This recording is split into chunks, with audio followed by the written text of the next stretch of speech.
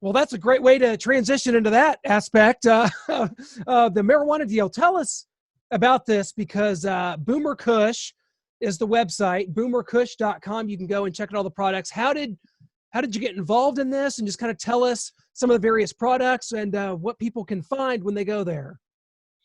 Well, basically, I got into the hemp business last year, and I was kind of leery a little bit about getting into the marijuana and wondering what people would say. And then at the end of the day, I was like, I'm 56 years old. Who gives a crap? It's a business. It's about business. It's about helping people, and that's why I got into it.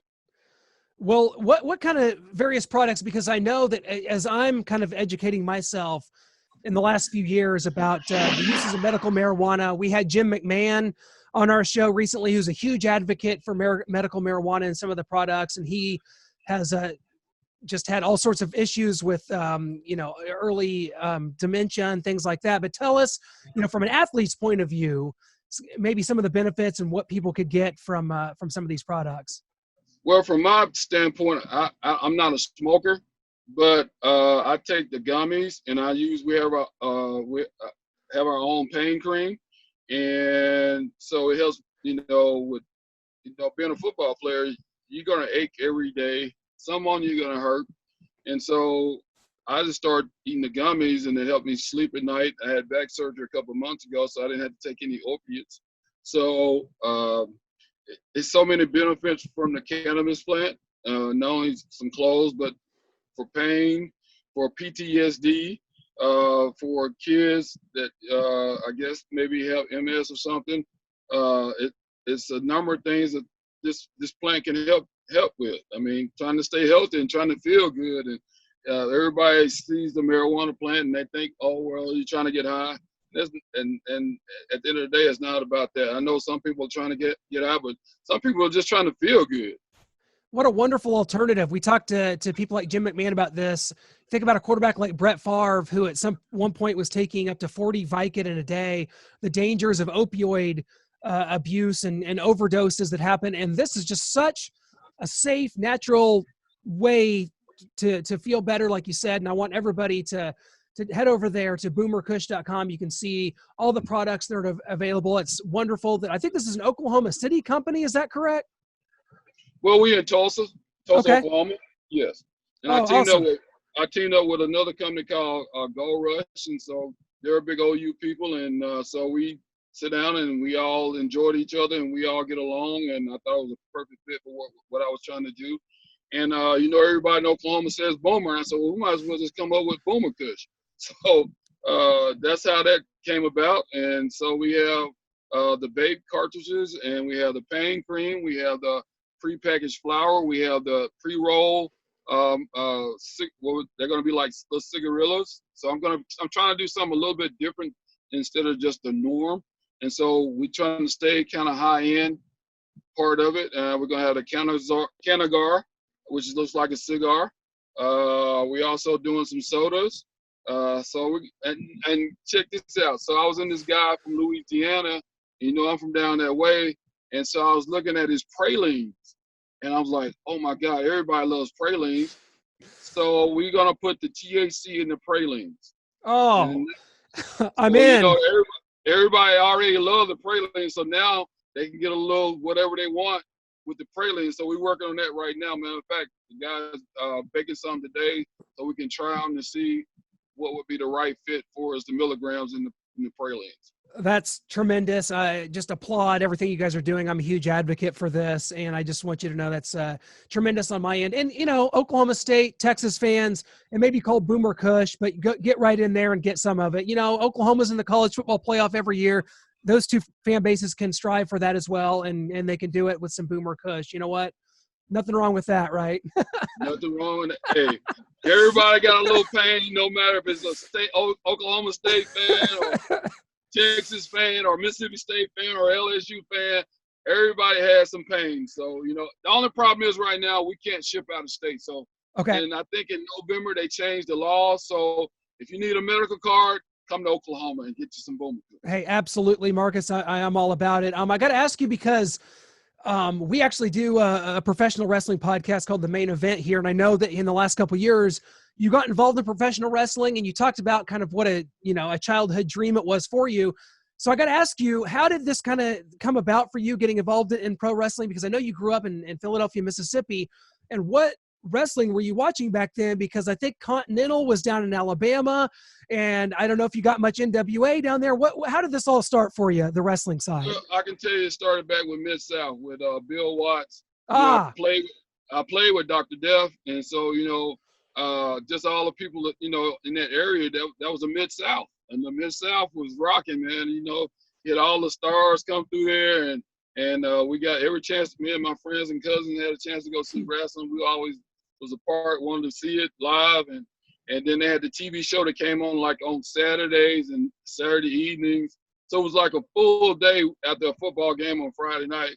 All our guys would go in and watch film that morning, and then all the rest of the day was nothing but wrestling from Jerry Lawler up in Memphis to I think mid-morning it was Mid-South, and then at the end of the day you had NWA out of Atlanta, I think.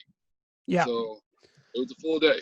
Well, I was going to ask you about Dr. Death because Jim Ross on his Grill and JR podcast just did a show about Dr. Death, and I had to look it up because I was like, I thought Dr. Death was Steve Williams was a senior when you were a freshman coming in there, and they talked about just what an animal he was, and just a 3-time All-American there at Oklahoma, 3-time wrestling All-American as well. Just what a career, and then goes on as a great career in wrestling. Just what was he like as a person, and running behind his blocks? It just had to be a true pleasure. Well, I can tell you this: the first day, as a freshman, you come in wide-eyed, and don't know what to expect. So all my teammates, for as freshmen, because we're out practicing before the upperclassmen would come in, so all of a sudden we heard this big scream, like, go, ah! So everybody's looking around like, who is that? And so I think Coach Galen Hall said, oh, that's just Dr. Death. I said, well, what side of the ball is he on? They go, yeah, he's the offensive guard. I said, oh, great, let's go. So I'm ready. But, yeah, he was great to run behind, and he was always talking in the huddle like, give it to big boy, let him go, give it to big boy, I got you, big boy. So we were friends, and then after he stopped playing, we got to be friends, and that's kind of who kind of talked me into getting into wrestling a little bit. So when you got in the ring, what was it like for you? It's a lot of people can't even fathom the bumps and the pain and some of the things that you have to do, the training wise. So what was it like for you getting in the ring? Well, I had been out of football for a minute, but it was good to get back and feel the bumps and just being in contact with people, and strange as it sounds, it made me feel better. So I enjoy going out there and seeing all the people do what they do and get into it, and it's just fun to watch, and just going back thinking about the memories as a kid and being able to actually do it. It was very exciting to me. That's so cool. A good friend of ours, Levon Kirkland, who played for the Pittsburgh Steelers, was a huge wrestling fan too growing up, and he was kind of jealous. We were talking to him. I was like, I think Marcus got in there, man, and he got to do it. Levon's like, man, I'm too old now. There's no way I couldn't do it. So, but I still do it. Still do it. I just wrestled like a couple months ago. He can still do it. Yeah, I'm gonna tell him that. I knew you'd been in there at least as of a year or so ago. So you're still in there. That's amazing. I'm so glad. I still go do it. Also, I play a heel. Also, I do the role of a heel. I like the heel part because you don't have to be a nice guy. It's funner. It's more fun that way. Yeah.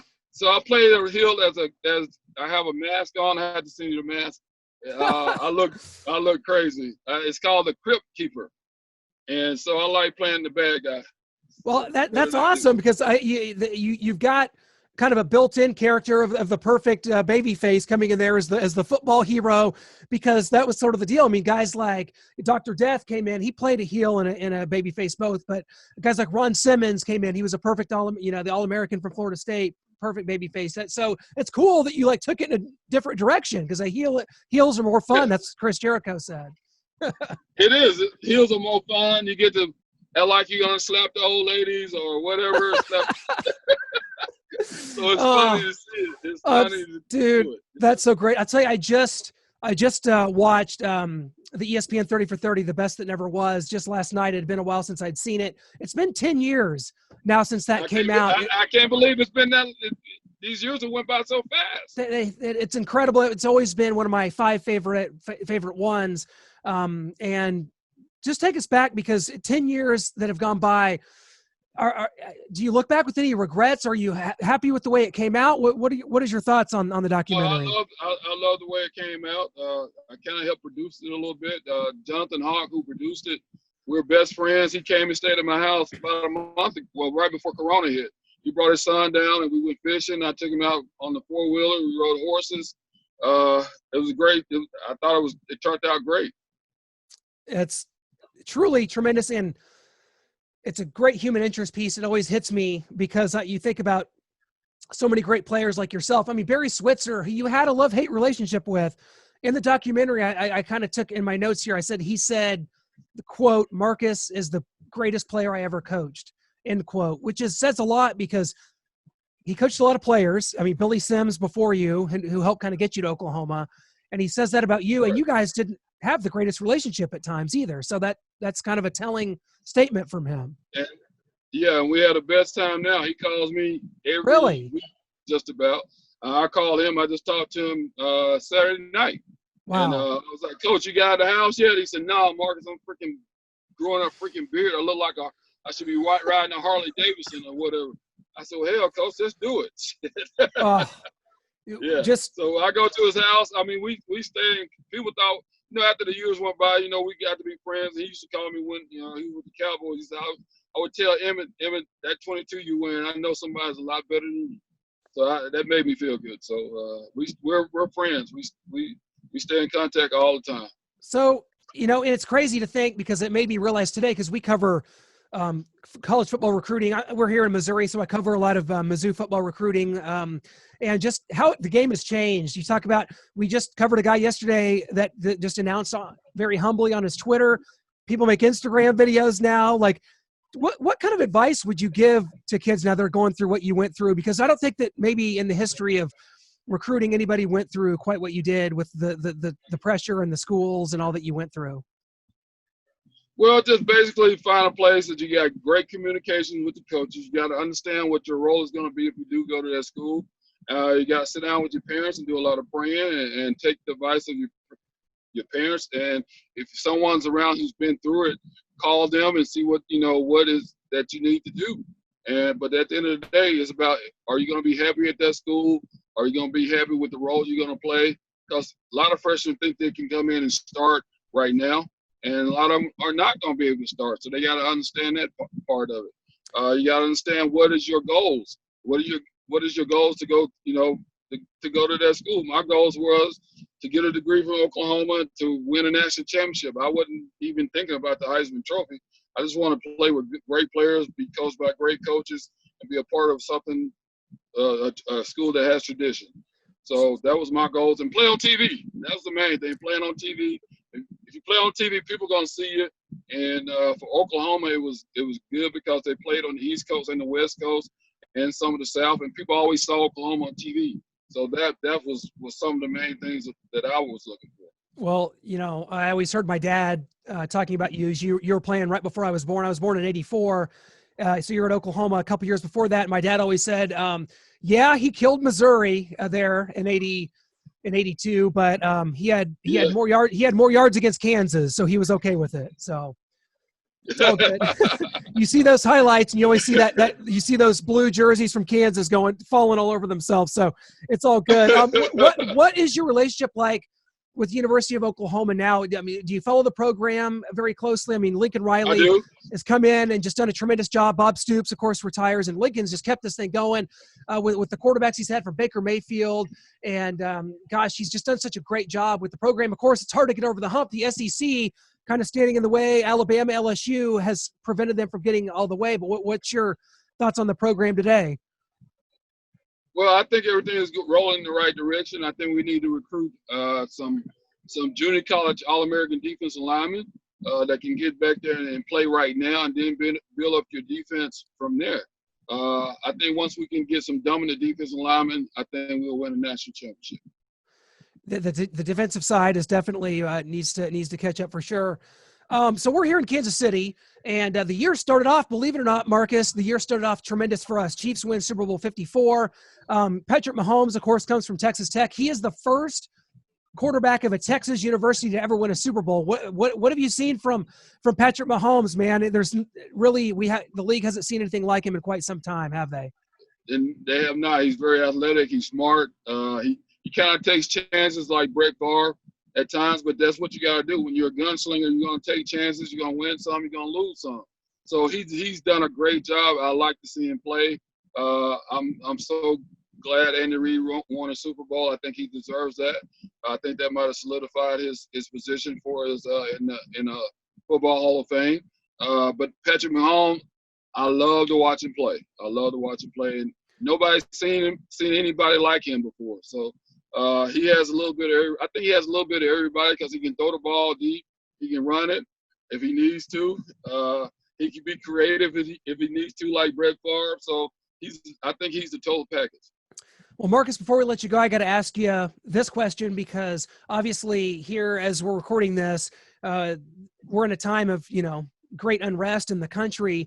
And I want to go back to your time in Philadelphia, Mississippi, because one thing that really stuck out to me as I'm watching this last night with everything going on, a lot of people talked about how unifying you were as a player, that you saw black people and white people sitting together in the stands, maybe for the first time in Philadelphia. And then that really brought people together. Sports to me has always been a great unifier, but I want to get it from your perspective. How do you feel about that sports and the fact that this occurred for you and maybe in your community, a small community in Philadelphia, but maybe it made waves back then as well, which is awesome. Well, like you said, sports it brings about change for everything. I mean, I'm sure you got some housewives and husbands in the house and arguing, but maybe they all together when football comes on or basketball comes on. And sports will make a difference in people's lives. We need more sports I guess personalities to step up and speak about it. It's here, and people got to realize that racism is here. I didn't grow up. My mom didn't teach me racism. My mom was a school teacher. My grandfather was a minister, and she just said treat everybody with respect as they respect them, and they'll respect you. And that's what I do. I didn't grow up looking at color. I wasn't taught that, and I don't know. It's just time for the people to really just look down and sit down and look at it. I mean, shoving it up under the rug like it don't exist, and it exists this day and time in 2020. So it's time for a change. It's time for people to step up. Or everybody, not just black, not just white. Everybody has to step up and address this issue. That is so true and well said, my friend. I'm so glad we're able to do this with you today. Thanks so much for taking your time. Boomerkush.com. Again, that's the website. We're all heading there, and we're gonna make this work one way or the other. No matter who you're a fan of, doesn't matter. We're gonna unite under this pretense, and we're gonna make sure we get our marijuana cards. Got to do that first. So, Marcus, thanks so much for doing this with us, my friend. It's been a true pleasure. You're a true inspiration, man. Just watching that documentary, the things that you didn't accomplish, perceived, are far more overridden by the things that you have and the way that you are and the way you treat people and the things that you have done. So thank you so much, man. Well, thank you for having me on. Call me anytime, and maybe if everybody get on some of this Boomer Kush, the world might be better. Hey, I think that's a great start. We might as well start somewhere. That sounds like a great place to start. Hey, thanks so much, my friend. We'll catch up again soon for sure. Sounds good, man. Hit me anytime. Thank you. You bet. Thanks so much.